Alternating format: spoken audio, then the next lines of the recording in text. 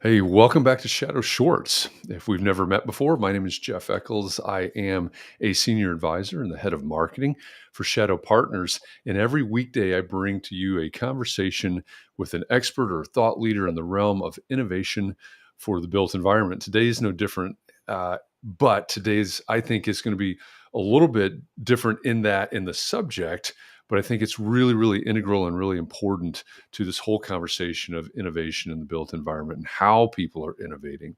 So I'm joined today by Nguyen. He is with Hensel Phelps. He is the director of innovation at Diverge, and we're gonna learn what the difference is between Hensel Phelps and Diverge, how those two are related and what they are. But I've been having a lot of conversations with Ty over the last several weeks about building and fostering a culture of innovation. And this is a conversation you're not going to want to miss because this culture of innovation is something that every organization needs, in my opinion. So, Ty, welcome. I'm glad you're here. And I'm really looking forward to this conversation. Thank you, Jeff. Appreciate you having me on this and looking forward to this conversation as well. Thank you. Yeah, absolutely. As we've been talking, I know a lot about what you're working on and how you get your team members involved in what you're working on and in the whole process of innovation. But why don't we start with the relationship between Hensel Phelps and Diverge and your role as the director of innovation? How do these work together, and then how are you pushing things forward? Sure, Jeff. And I think for us, we realized in the last decade or so, we have a very innovative culture. We coin them our everyday innovators, honestly. And for us, really, in the last handful of years, it's really trying to figure out how we put a focus on it, right? We want to make sure we create a foundation that will truly allow us to innovate. We are innovative, but it's more of reactionary innovation towards tools that we need or just solutions, and it's on the cadence of our projects and our deliverables. But more so today, it's really having that innovative thought process that pushes you into the 10, 15 year, 20-year mark, right? And really, that's truly what Diverge does today is, we are a Hensel Phelps company. And Hensel Phelps, again, 1937 origins in Colorado, and today 9 regions across the country, a very diverse portfolio. We are the largest aviation contractor, in the last handful of years as well. You've probably at some point flown through one of our job sites. But within that, I've been with Hensel Phelps 17 years, and the last 10 have been the director of VDC. And as VDC, it's always kind of, my charge was always to kind of get in front and provide solutions for our projects and our people. And so that transition wasn't hard, I think, to stand up Diverge. But again, with Diverge, it's more of a focus where we look at both internal and external partnerships, and I can definitely talk through some of that. But I think both are very important for us. This last year, it's really been kind of internally facing and making sure we're building this foundation that will truly allow us to innovate. And I can talk through some of the initiatives that we have that's helping build this foundation as well. Yeah. So I know one question that may come up, and you and I have talked about this because it actually came up in a conversation I was having with somebody else in the industry, another part of the industry. So you've got Diverge, which is a VC, and it's a Hensel Phelps company, as you just explained. And a question that somebody may have is, okay, Hensel Phelps, generations old construction management, a leader, as you said, in aviation and other types of construction. Why do you have a VC? Why are you vetting startups? Why are you looking at internal and external partners um, with an eye towards innovation? Why do you need that?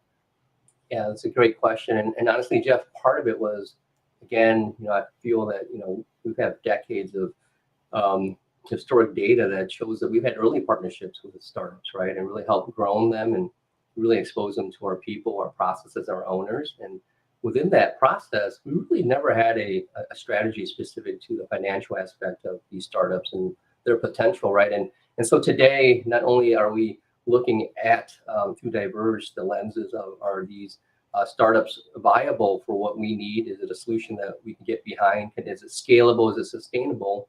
I think on the Diverge and the VC side, we're able to look at the financials. Is this a good investment, right? Is this something that we can partner with early? Is this something ultimately at the end of the day, can it exit and give us the return that we're hoping? But I think that is on the radar, but again, I think this last year has been really kind of standing up the foundation. But the outlook with Diverge is yes. I think at some point it's a majority of our focus will be on investments and getting a return, right? Because it is an employee-owned company. It is we don't have a fund really. It's really through the hard work of our people, and we want to make sure we're mindful and not only who we're partnering with, but who we're investing with as well. Yeah. So when you look at these investments that you're talking about, the startups and others, is the purpose for all of these startups to come in and whether it's technology or robotics or whatever the different companies are, is the purpose to find and invest in startups and in companies that will help your workflow, that will help your output, or does it go broader than that? It does. It touches on that, and it does go broader. I think for us, first and foremost, I think that on the internal focus, the reality is our people are very innovative. They're always challenging the status quo, right? Whether it's a process or it's a new tool that they need to help them on their day to day. And so, what through Diverge, we want to make sure we're understanding all those things, right? If there's an initiative at one of our projects, one of our regions, we're making sure we support that. We're engaging with the startup or that solution provider, and then we're putting them through our process. And through the process, it makes it really concise, right? I think that the feedback is then very concise that goes back to these solution providers.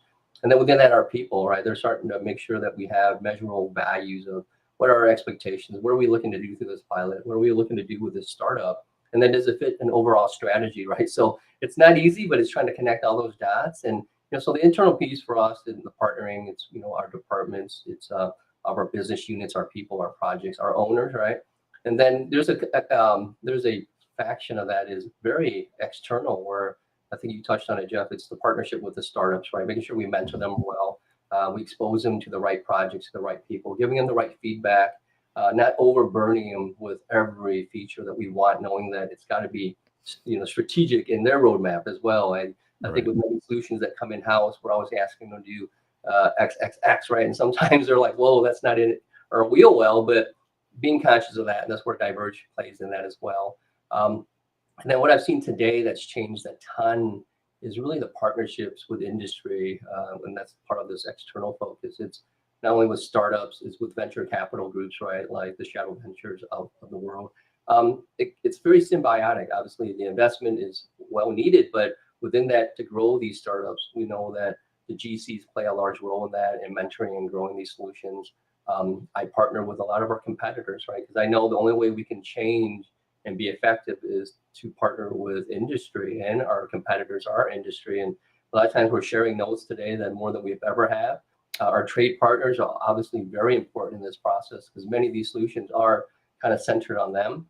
And so again, this kind of internal and external kind of push has been something that we're really focusing on and making a lot of headway this last year. Well, I think that's really interesting. I mean, you bring the trade partners into the conversation, you bring competitors into the conversation, and I know that there are organizations out there that have maybe an innovation team, right? It's 3 people, it's 10 people, it's whatever, but that's not what you're talking about. You're talking about actually creating a culture. Part of the DNA, I think, of your organization, um, where then that I assume that's probably part of what it takes to say, hey, yeah, we're going to include our competitors in these conversations, our suppliers, et cetera, in these conversations. So, what does it take to build that culture? How do you take the leap to say, hey, we're getting everybody involved in this process? I think for a long time, yeah, I think especially early in my role years ago, we felt that our tools were our IP, right? It's really, what tools do I have versus my competitors? Today, the realization is that guess what? Everyone's got the same tools. And then we don't have all the resources and manpower to try everything and, create white papers and really, scoring criteria. And so that's one of I think, the gravitating things with the GCs partnering up because we can divide and conquer. We can take these startups, and if it's, one of our competitors working on a robotic and we're working on the same one, sharing notes and growing that robotic group in a way that it's not siloed and it's transparent. And I think with that type of outlook, I think there's more and more people wanting to be a part of that. And even our owners, there's a lot of progressive owners out there that really they want to challenge certain things, and whether it's process or technology, they love having that candid conversation with industry, and that includes GCs, trade partners, and then the VCs. Honestly, they've been great in terms of providing insight and outlook and potential. And so, like I said, a very symbiotic movement where I think Mhm. all these different groups getting together and having these conversations and being transparent is very gravitating. I get to meet anyone that wouldn't want to be part of that type of conversation. Yeah, and this is a little bit of inside baseball that I'm going to share for everybody, but I also know that Ty is always putting his team forward as well, right? We've got Ty, he's the director of innovation, and he's thinking about all of these things and working on all of these things. But almost every conversation that we have, Ty is looking for ways to get his team involved, even ahead of himself, and I really appreciate that. And from the outside, sort of the fly on the wall, um, I think that's a great demonstration of the autonomy that you have, um, or that you provide for your team, and in my opinion, in my view, that has to spur that innovation, giving them the safety, I guess, to go out and make some decisions and try some things. No, Jeff, thank you for that. I think within the Hensel Phelps culture, it's very, we empower our people, right? And it's no different with innovation. I feel that myself and my smaller team of three, we are not the ones that are going to provide every innovative idea out there, right? And so this last year, as part of the foundation building, we're standing up think tanks around the country, right? So 9 regions. Within these think tanks, there's going to be a regional leader, and then teams of SMEs that are passionate about challenging the status quo. And everyone's got a great idea. And what we realize, Chef, is you have to be inclusive.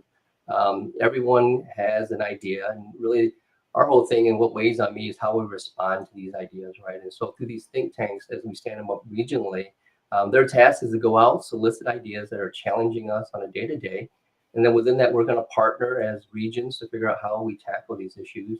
And the thing is, I think with us, and it's just getting centered on innovation in general. I think so many people think innovation is just technology. In reality, it's not. It Mhm. could be a simple concept or process, right? That you just tweak a few things, and I think a lot of times you may need a solution, you may not, but I think that's just the grounding, that making sure everyone understands that innovation just doesn't need to be technology. It can be just a great idea on process and efficiency. And then within that, again, the things that weighs is making sure that I respond in the right way, and listening and understanding these ideas and figuring out how we scale and make them sustainable.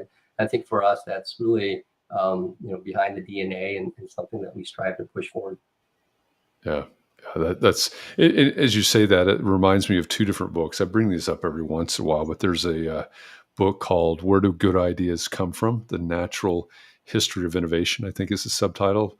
Stephen Johnson, I think, might be the author of that, off the top of my head. And you say that, and in the book he describes what innovation is, you're right. I mean, he goes all the way back to a time that we would probably think of as pre-technology, and talks about innovation. That's a really good read. And then Carla Johnson has a book. She's actually been on Shadow Shorts before, called Rethink. So RE:think, Rethink Innovation. She talks about building a culture of innovation. I don't know if you two know each other. She's based in Denver, but uh, I think you'd have a great conversation, because what she focuses on and what she works on, I think, is exactly what you're doing at Hensel Phelps Yeah, and that, Diverge. So yeah, that would be a great conversation, because obviously you see under Diverge, it's rethinking innovation. So mhm, any insight, and I think that's us as well.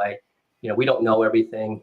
We're not the SMEs on everything. That's really been a part of this journey this last year, is trying to get smarter in all fronts, right? And the biggest thing for us is our AI is our people. I mean, the collective, mhm. the experiences. I mean, that's I think for me, it's so, I think, compelling, is really reaching out to our people, because many times they do have the answers, right? And just making sure we listen and react the way we need to.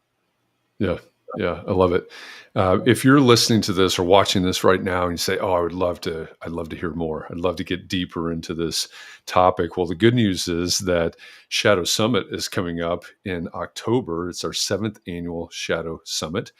And it'll be in Atlanta, October 24th to 26th. And Ty, and I think some of his team are going to be at and speaking at Shadow Summit this year. And the topic of a culture of innovation will certainly come up in those conversations. If you've never heard of Shadow Summit or attended before, it is a purposefully intimate affair. 200 tickets maximum because we can't put any more seats in that theater. And it's a highly curated, purposefully curated in terms of topics and also audience. So shadowsummit.com is where you can find more information, and the tickets are going pretty quickly. So you need to go there, go to the top of the page. There's an apply button so that you can apply to be on that list, and you'll get an email on how to purchase those tickets. So join us for that. Meet Ty. Get more into this conversation about a culture of innovation. And also, if you want to know more about Diverge and what's going on there, the URL's in the bottom left-hand corner of your screen right now, diverge.vc. You can see what's going on, what Ty and his team are working on, what they're building out there. Ty, first of all, thanks for this conversation. I'm looking forward to the panel and other discussions at Shadow Summit, because I think this is a really important topic. It's bigger than technology. It's bigger than one person or a small team. It's just like in the title, it's got to be a culture. Right. Thank you, Jeff, for having me on. Fantastic conversation, and looking forward to meeting a lot of you at the Shadow Summit. So thank you for that. Yeah, absolutely. Looking forward to it. So again, go to diverge.vc for more information about what Ty's working on, and then go to shadowsummit.com for more info on Shadow Summit, October 24th to 26th. And I will be back tomorrow with another one of these Shadow Shorts, another expert or thought leader in the realm of innovation for the built environment. Until then, have a great day. I'll see you tomorrow. Thanks, everybody.